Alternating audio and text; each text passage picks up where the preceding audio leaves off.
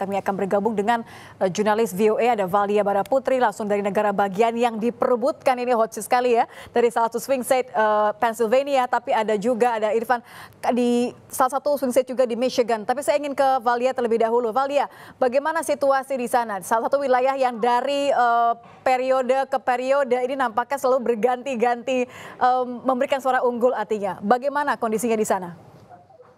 Ya, selamat pagi waktu Pennsylvania, negara bagian yang diperebutkan pada pemilu kali ini. Seperti yang dapat Anda lihat di belakang saya, ini saya berada di salah satu TPS yang berada di tengah kota Philadelphia, negara bagian Pennsylvania, dan ini antreannya sudah mengular sejak pukul 7 pagi dan saat ini waktu menunjukkan pukul 9.45 pagi.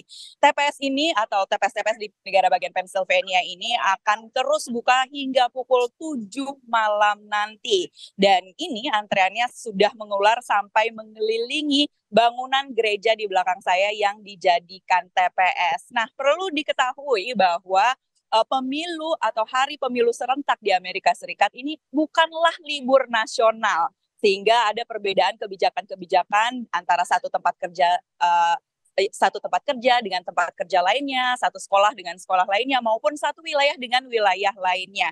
Sehingga banyak orang-orang yang seperti Anda katakan tadi, Nitya, memilih untuk memberikan suara mereka lebih awal atau memberikan suara lewat pos. Nah, hingga saat ini sudah tercatat ada 82 juta suara yang dikirimkan lewat pos maupun yang diberikan lewat mekanisme pemilihan jauh-jauh hari begitu. Dan jika kita melihat antusiasme dari pemilu 2020, di mana dari 240 juta pemilih AS ini menggunakan suaranya sebanyak 66,6%, maka kita akan melihat ada sekitar 160 sampai 170 juta suara yang akan diberikan pada pemilu 2024 kali ini.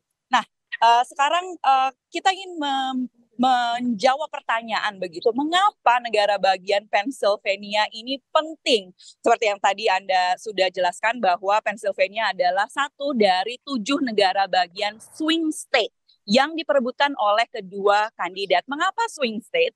Karena ini hasil pemilu tidak bisa diprediksi akan memenangkan kandidat yang mana begitu secara sejarahnya.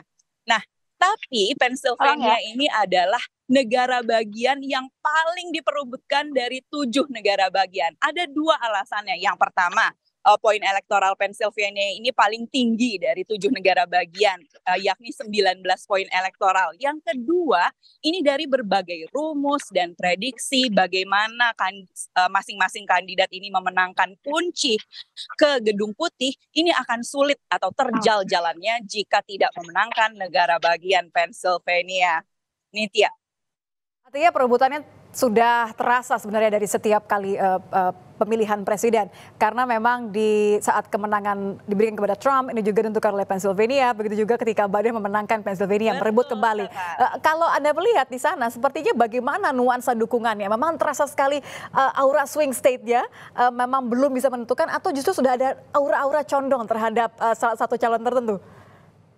Tidak bisa diprediksi siapa yang akan memenangkan Pennsylvania karena berdasarkan polling yang terakhir dari lembaga agregasi polling 538, ini kedua kandidat berada di posisi yang hampir seimbang, hanya terpaut 0,2% bagi Kamala Harris. Ini jumlah yang sangat-sangat tipis. Pada sejarahnya begitu, sejak 2020 ini Pennsylvania ini dimenangkan oleh Partai Demokrat. Tapi pada 2016 ini dimenangkan oleh Donald Trump dengan margin atau selisih suara di bawah 1% saja.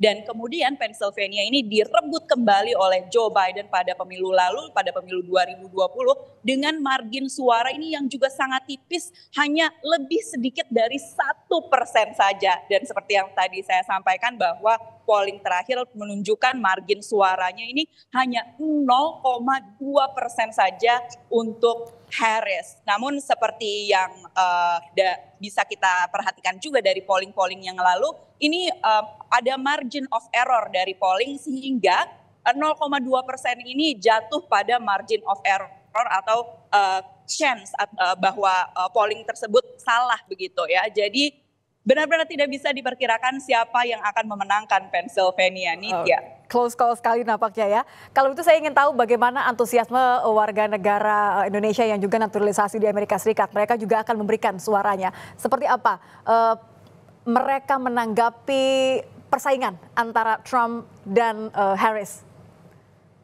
Ya, di Philly ini seperti yang tadi Anda sampaikan, memang swing state-nya itu terasa ya. Ada orang yang membawa atribut untuk Donald Trump, ada yang membawa atribut untuk Kamala Harris, tentunya tidak di TPS ya, tetapi di wilayah-wilayah atau tempat-tempat lainnya di kota ini.